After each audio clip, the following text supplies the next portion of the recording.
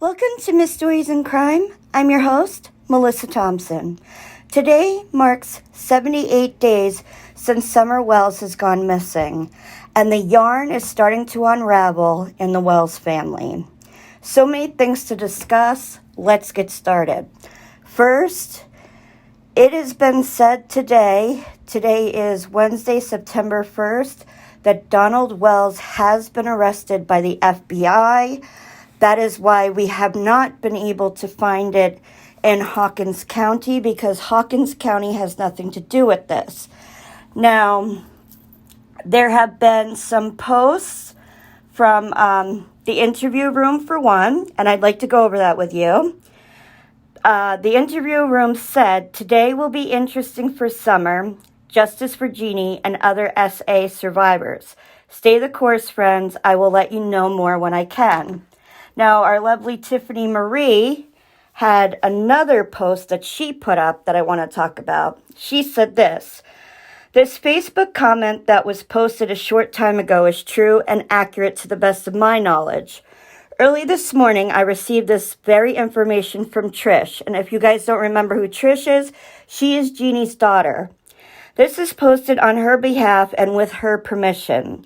The particulars weren't going to be released until a later time when law enforcement decided to speak on the matter.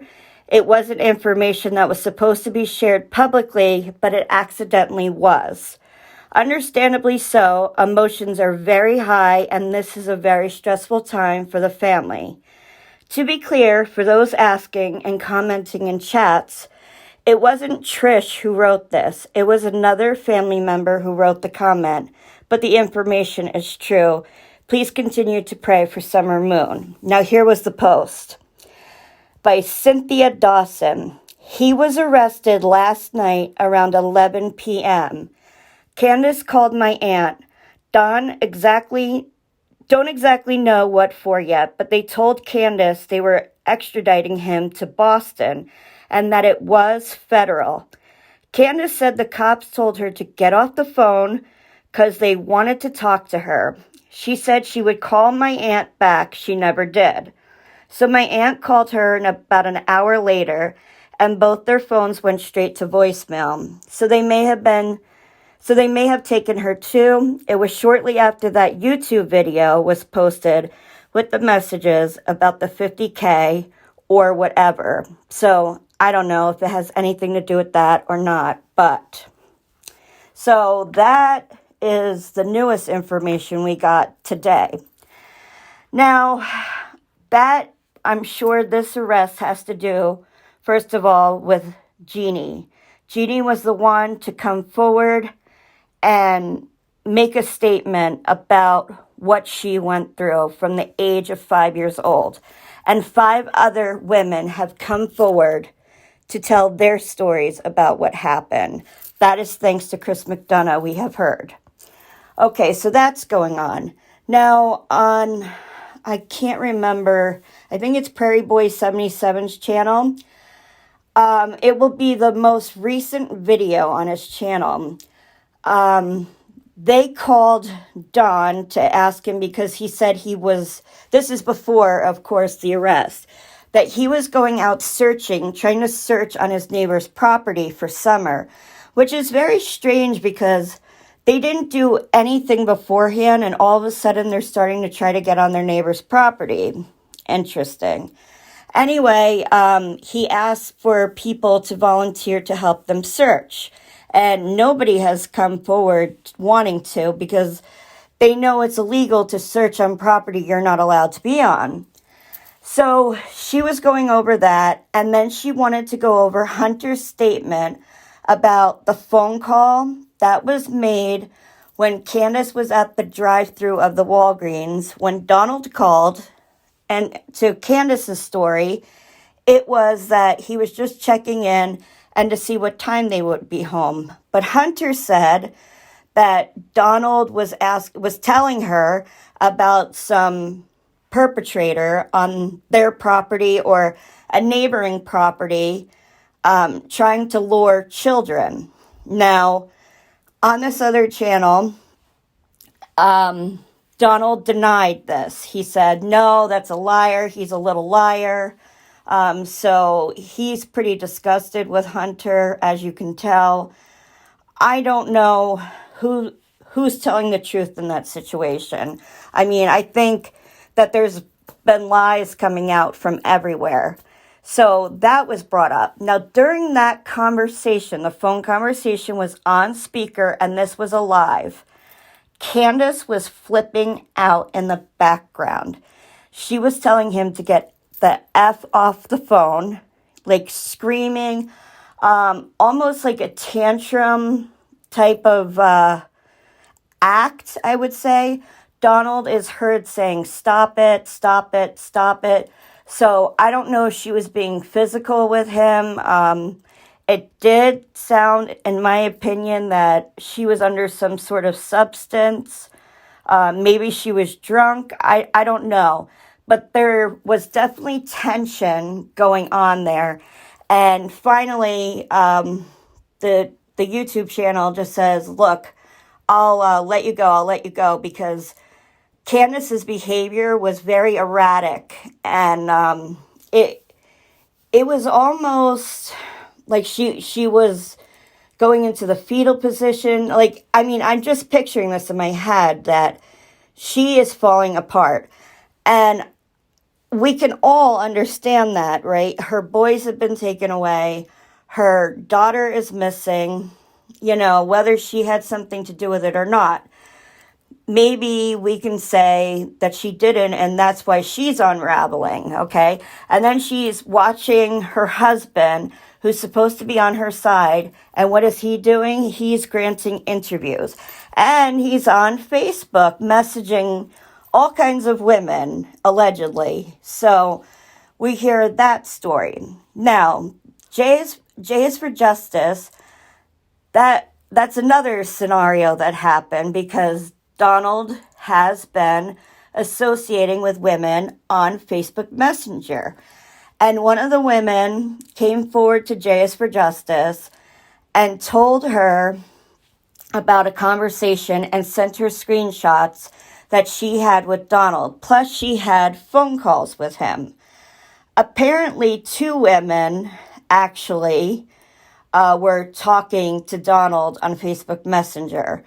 And the other woman got mad after this first woman went to J is for Justice and told her story. So this woman decided to post all of the messages on Facebook today. And I believe the channel, the Facebook page is Sleuth Sisters. Okay, so apparently what went on J is for Justice is this person wanted to stay anonymous, but you know how that goes in social media. Apparently, she asked Donald whether he owed or he had borrowed money from anybody. And he said he borrowed $50K. And she's like, really? From who? And he's saying from a Mexican blank cartel, okay? So I don't know if this is true or not. And the thing is that he supposedly paid back $30,000, but still owes $20,000. Where would he get the money to pay back $30,000? Unless this was not cash and he was selling substances for these people, and maybe he was using, because also apparently what was told to this woman was that they both tested positive for the substance that's the same name as a popular soda drink, the all-American classic soda drink. I know YouTube censors us, so I'm trying here, you guys. So that's all been going on.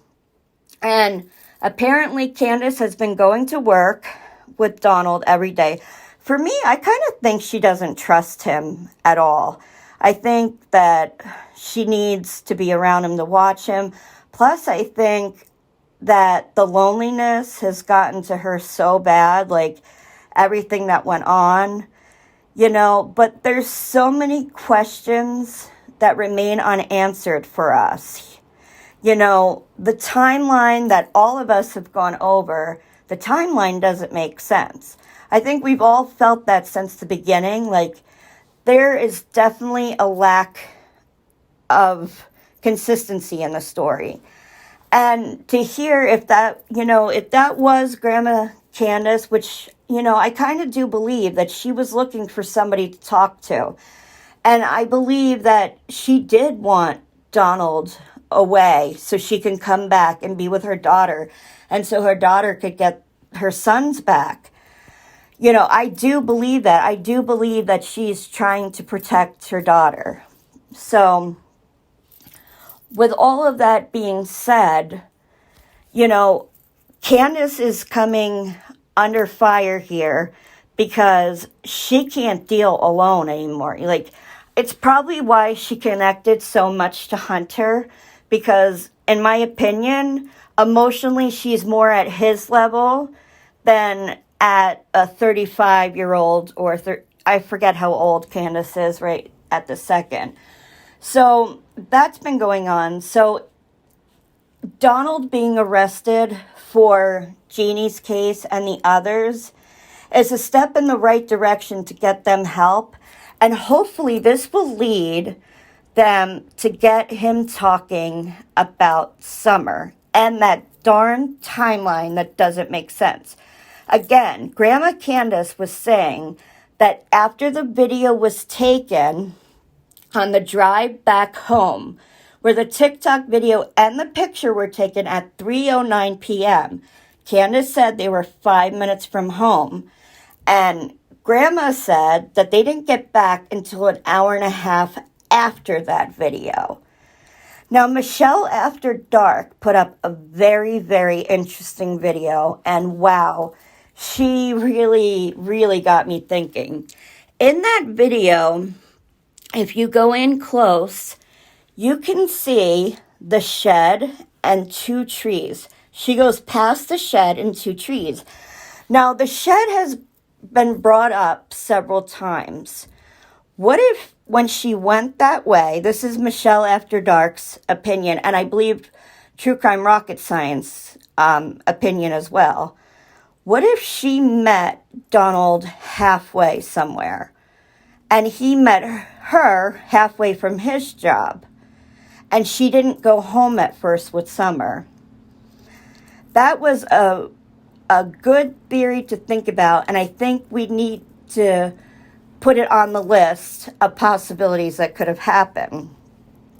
So we still have Summer missing, but now we have Donald in handcuffs, and I don't know what they did with Candus. I don't know if they're bringing her down to discuss things. First of all, I just think that she probably is not in the mental state to answer any questions right now. I think that she needs to be evaluated. I definitely see there's definitely substance issues here. It's big time. It ruined the family dynamic, that's for sure.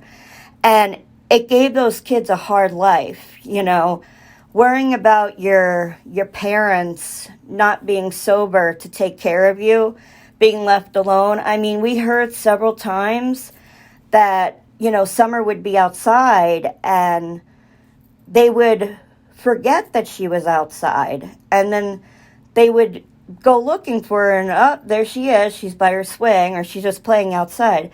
That is very hard for a child to go through. I mean, she was 5 years old, but their oldest was 12. I think he's turning 13 this month. That's too young to be going through this. They are not supposed to be taking care of their parents. The parents are supposed to be taking care of them. And Candus would be checked out, according to Donald. She'd start drinking and doing Mary Jane, and then that was it. Lights out for Candus, he said. So I would love to be a fly on the wall to hear them interviewing Donald, hear them interviewing Candus. I'm curious as to whether they're taking maybe their new phones, because I don't believe they ever got back their old phones. So, what kind of communication? I would definitely be digging through Donald's Facebook page. And that's another thing that happened today. Donald Wells' Facebook page is gone, you guys. I looked it up, and it is nowhere to be seen. The one that we have been going through. There is a Don Wells Facebook page with a picture of Summer, but I am not sure that is, it could be a fake account. You don't know who signed up for that. Apparently, when you look for Donald's Facebook page, it said content not found. The page you requested cannot be displayed right now. It may be temporarily unavailable. The link you clicked on may be broken or expired, or you may not have permission to view this page. So that happened too. Now, if this is absolutely true and he is arrested, then I'm sure the feds took down his Facebook, because that is very common in a criminal investigation to get rid of their social media, so they can keep all of that information and go through it themselves. So I'm very curious as to, what you all are thinking about this, and will it lead to finding Summer? Because at the end of the day, we're still missing a 5-year-old little girl. And like I said, she doesn't just disappear into thin air. This little girl is somewhere, and we need to bring her home. Let's remember Summer Wells tonight, and I hope that these children can heal from all the pain that they have endured. I hope the boys are flourishing, and I really hope, actually, Donald and Candus get the help that they need, because I really, truly believe that they need help. Despite what Donald has done, he needs professional help. He has got a problem, according to his stepsister's story of what he did to them. So I hope all of you are well. We are getting part of the hurricane here now. To everybody in Louisiana, I am praying for you. My whole family is. We have family in Mississippi, and they're under constant hurricane warnings, and you guys just didn't deserve this. So thoughts and prayers for all of you. So as soon as I get more information, I will let you know. Take care, everybody. Bye-bye.